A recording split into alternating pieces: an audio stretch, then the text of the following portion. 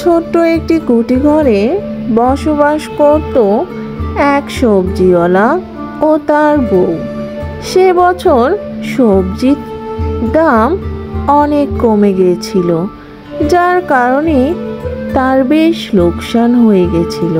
সবজিওয়ালা বেশ চিন্তায় পড়ে যায় কিভাবে তার এই ছোট্ট সংসারটি চালাবে।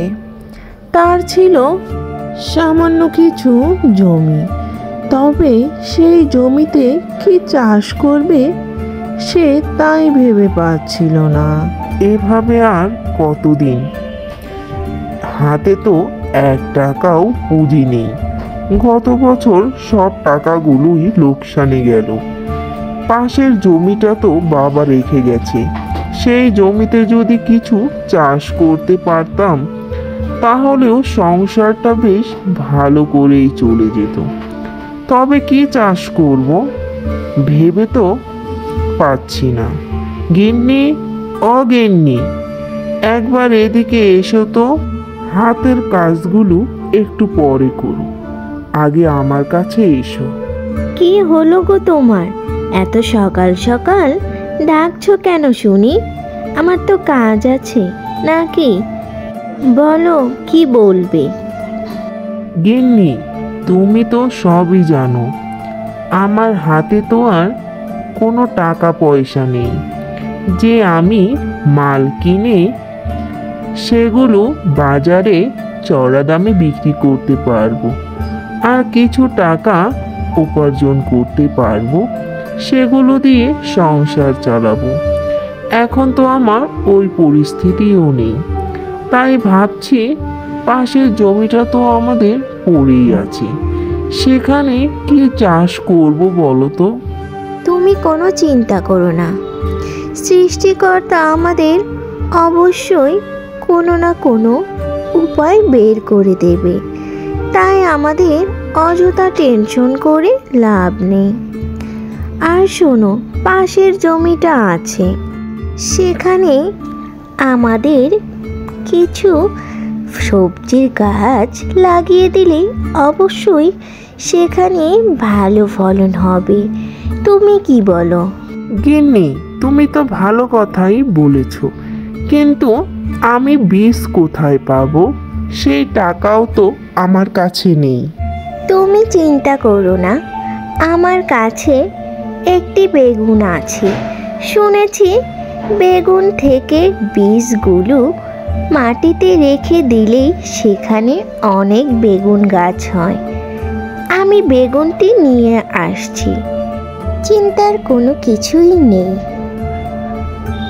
এই নাও বেগুন। এই বেগুনটি অনেকগুলো বীজ আছে বেগুনের ভিতরে। তুমি বেগুনটি আমাদের ক্ষেতে মাটিতে রেখে আসো, দেখবে অনেক গাছ হবে। আর সেই গাছগুলোকে আমরা যত্ন করে অনেক বড় করে তুলব। ঠিক আছে গিন্নি, তাহলে আমি এক্ষুনি যাচ্ছি বেগুনটি নিয়ে। হ্যাঁ, তুমি এক্ষুনি যাও।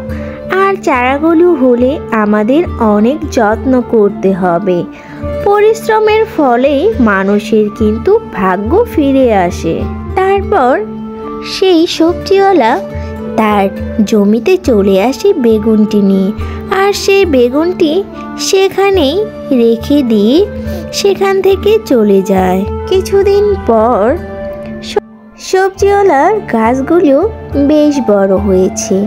আর সেই গাছগুলোকে বেশ যত্ন সহকারে পানি ঢালছিল আর বলছিল, গাছগুলো যত্ন করার কারণে অনেক বড় হয়েছে, কাল গিন্নিকে নিয়ে আসবো। পরের দিন গিন্নিকে নিয়ে আসলো। গিন্নি, দেখো দেখো, তোমার দেওয়া বেগুনটি থেকে কত চারা বের হয়েছে, আর চারাগুলো থেকে এখন অনেক বেগুন বের হয়েছে, যেগুলো বিক্রি করে আমরা বেশ টাকা উপার্জন করতে পারবো।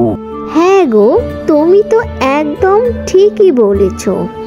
সামনেই তো রমজান মাস, আর তখন বেগুনের চাহিদাও বেশ বেড়ে যাবে। এখনই বেগুনের দাম বাজারে বেশ চড়া দামে বিক্রি হচ্ছে। তাই তো আমাদের বেগুনের আরও যত্ন নিতে হবে। আর তুমি বেগুনগুলো বাজারে নিয়ে যাও। এভাবেই দেখবে আস্তে আস্তে করে আমাদের এই ছোট্ট জমি থেকে অনেক টাকা লাভ হবে। হ্যাঁ গিন্নি, তুমি একদম ঠিকই বলেছ।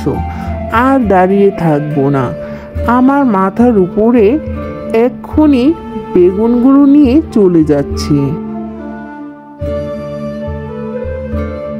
হে বিধাতা, তুমি এভাবেই আমাদের উপরে এত সাহায্য করবে কখনোই আমরা ভাবতে পারিনি।